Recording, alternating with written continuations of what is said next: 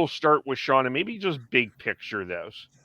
And Daryl Sutter talked about it a little bit today. I mean, he said no matter if you're a Flames fan or an Oilers fan, this is great. And everything in big picture, what Alberta has been through the last couple of years. What does this actually? What do you think this actually means? Well, it's for the hospitality industry. Period. It's huge. Yeah, because you're gonna have fans traveling up and down the QE2. They're gonna fight in Red Deer. Whoever wins gets the Burger Baron in Red Deer, or the Donut Mill. I don't know. One of those. Somewhere on Gasoline Alley. Yeah, it's just.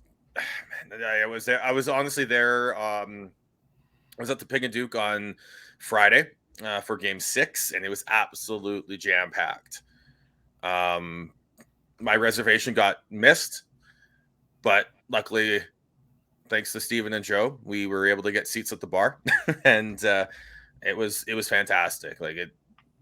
I wish honestly I wish the Flames had won in game 6, just to see the explosion there. But winning a Game 7 in overtime is still pretty fucking special, and to see what the red lot looked like, and the Red Mile, and just it's pretty awesome. It's pretty awesome for all the hospitality, the restaurants, the pubs.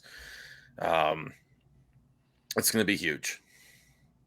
To simply put it, this is going to be the rising water. Like this series is going to be the rising water that lifts all boats for the hospitality industry. So someone made a joke that all the money you lost during the pandemic, you're going to make up in the next 2 weeks. It's a bit of a hyperbole, but it's good. They're gonna do really well in this. It's just great. Like, I may hate the hockey team because I am a Canucks fan, but for the city, for both cities, honestly, it's going to be awesome. Yeah, and then of course now this begs the question for the casual watcher, like most of us that are here,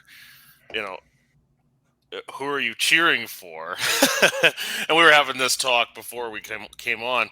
I'm not cheering for one team or the other. I like Calgary's chances slightly over Edmonton, but what I'm hoping to see as an outcome is just a really hard-fought 7-game series.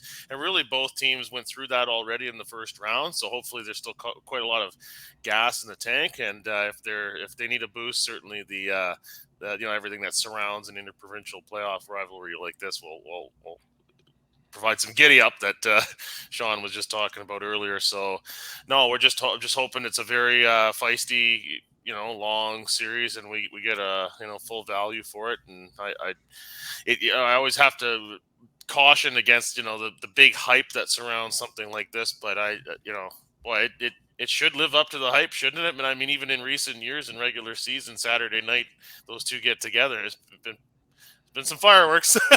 And now you throw the Stanley Cup into the equation here, and yeah, it should be awesome. Swap out Klingberg and put in Cassian, and there you go. I don't think I don't think I think it's going to be a lot more emotional than most series. I mean, this is unique, and I'm not trying to be, well, we're from Alberta, or we grew up in Calgary and whatever. This is the greatest thing going. This just has so much personal layers to this rivalry. Like, it would be like it's like the Battle of Florida. It would be like if crowds were around in Toronto, Montreal. Like, this is gonna be a special level of intense. And I think the team that keeps it the most professional will be the team that wins. But at the same time, if you're Matthew Tkachuk, you do need to get some sort of engagement in here. Like, you're going to have to be a little bit of a pest. So that's the interesting balance. How do you keep yourself professionally calm? And when is the time that to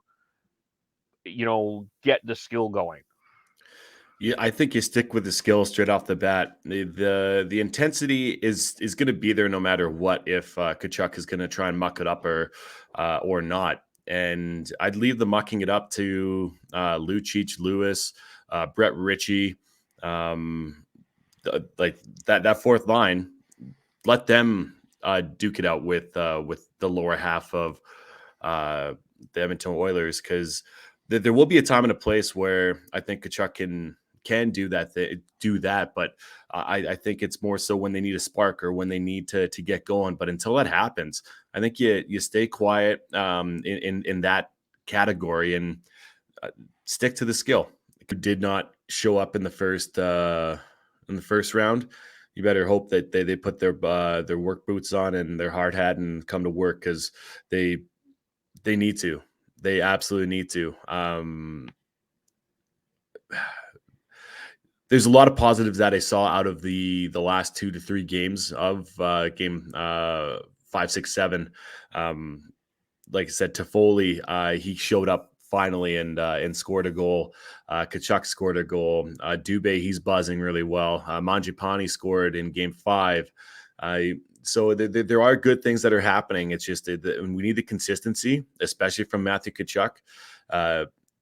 You got to be looking at that top line to really pull them in, and that fourth line is going to be pulling them in and creating a lot of energy, making hits, making them second guess, look over their shoulder, especially if they can get the puck into the corner where Mike Smith can't handle the puck.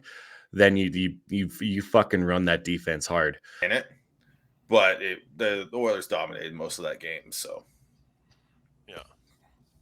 Yeah, I like game 6. Tyler, you took some heat for your tweet in game 6, but you were right in the sense of, Connor McDavid took another step. In that period, he scored earlier in the game, and he's been having a really solid series all around. Despite, he only had 4 goals in the series, and 2 were in game 7. One was in game 6. One was earlier in the series, and they win the series. And he was a major factor because he was. That's what we've been waiting to see. One, improvement in some of the areas of his game defensively, but not just that. Showing up when it matters the most and just dragging the team with him to victory. And it's not like he's been terrible in past playoffs, but that part I think for me was lacking a little bit. And right when they really needed him to get the job done after they had a lead in Game 6. He was just buzzing, and then finally he sets up that one for Tyson Barrie, and then he was very crafty with the net pulled at the other end to get not only gain control of the puck and not have things turn into the fire drill that you often see in the 6-on-5 at the end of the game, but also a nice play to advance the puck to Evander Kane and set up the empty netter there to seal the Game 6 win. So those are all the things you're hoping to see out of not just your best player, but in this case the captain of their team as well. And that certainly was a confidence boost, I think, for all of them going into Game 7.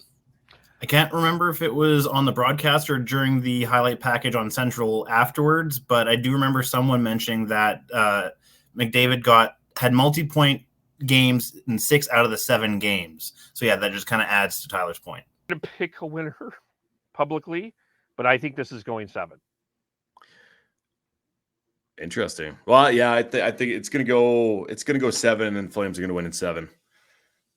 Just before we move on from the Flames and Oilers, I'll go on the record, unlike Kevin, and say I think it's gonna be Oilers in 7.